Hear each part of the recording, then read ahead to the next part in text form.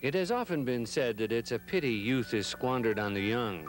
It too is said that this world would be a better place if we kept the spirit of Christmas in our hearts all year long. This then is a tale of a youth long since gone, and a rare human spirit that never allows the warm light of the holidays to dim throughout the year.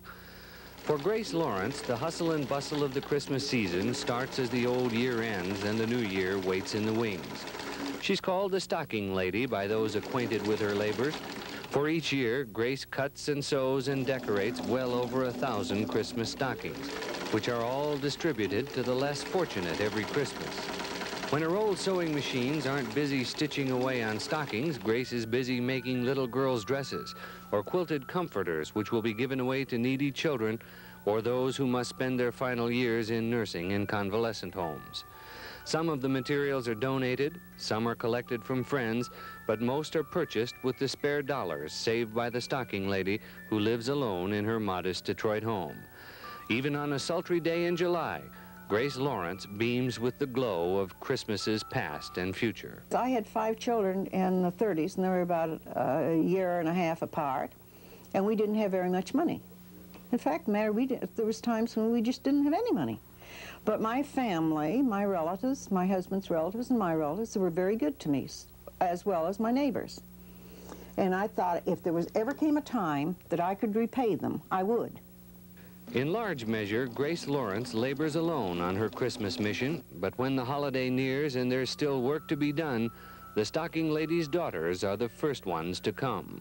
The stockings are filled to be delivered with care, and soon Grace and her helpers will be ready to share.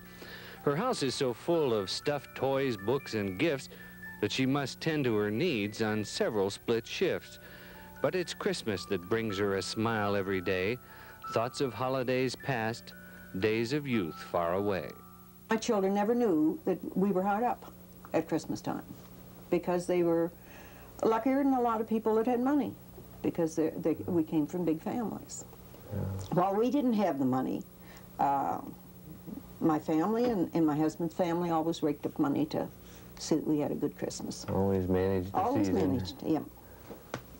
It is a special time of the year. Yes, it is. We're at only Christmas every day of the year, I guess, huh? Well, I like to think that Christmas is not one day of the year, but it's all year long for me.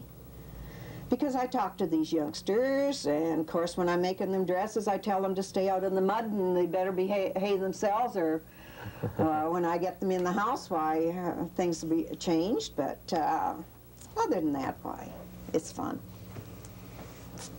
Lots of fun.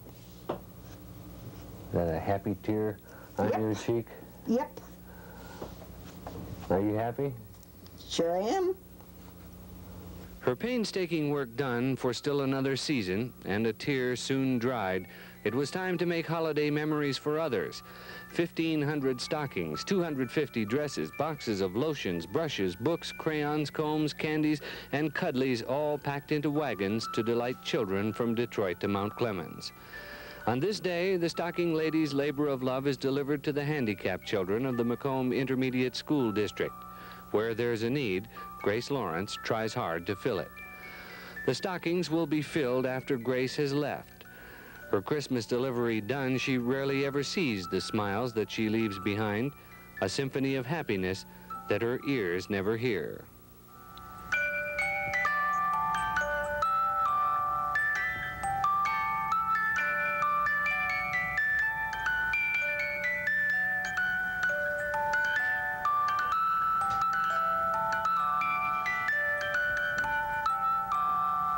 For Grace Lawrence, the joy is not being right here, but in the knowledge of filling young hearts with good cheer.